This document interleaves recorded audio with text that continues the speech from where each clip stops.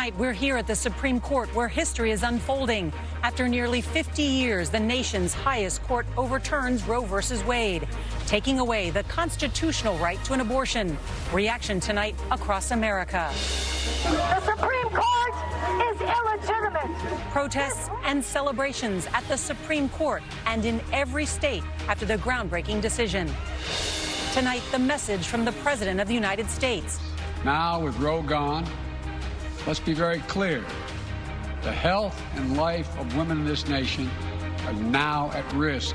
And the reaction from Donald Trump and Republicans. The people have won a victory.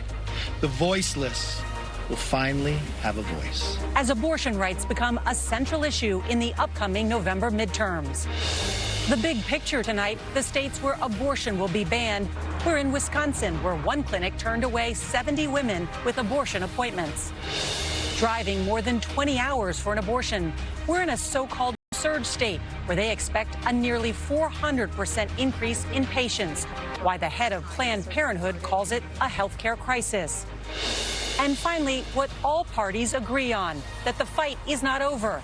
The part of Justice Thomas's concurring opinion that has critics worried that access to contraception and same-sex marriage is next.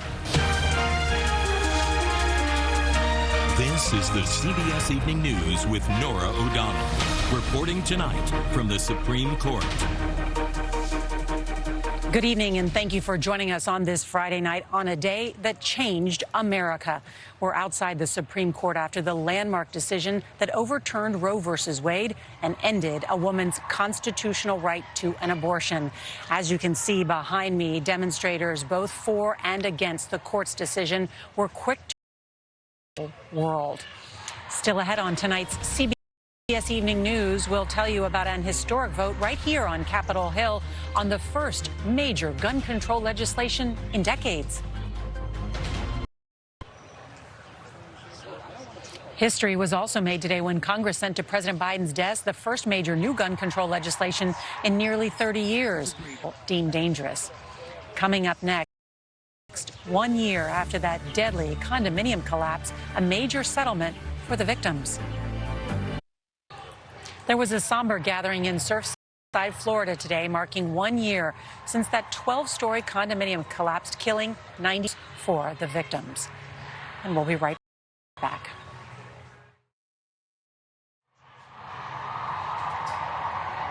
We end tonight here in the nation's capital with the Supreme Court behind me after covering the January 6th hearing, the new gun reform bill, and now this landmark decision, marking what has been a consequential week in American history. If you ever needed a reminder that your vote matters, today is the day. For decades, conservatives worked to overturn Roe v. Wade. Today, they were victorious, in part by electing President Trump, who voted to appoint justices who would end abortion rights. Today, President Biden said Congress must act, that voters can have the final word. Those voices will be heard in the coming months before the next elections. A reminder, no matter what side you are on, your vote matters. And that is tonight's CBS Evening News. I'm Norah O'Donnell at the Supreme Court. Good night.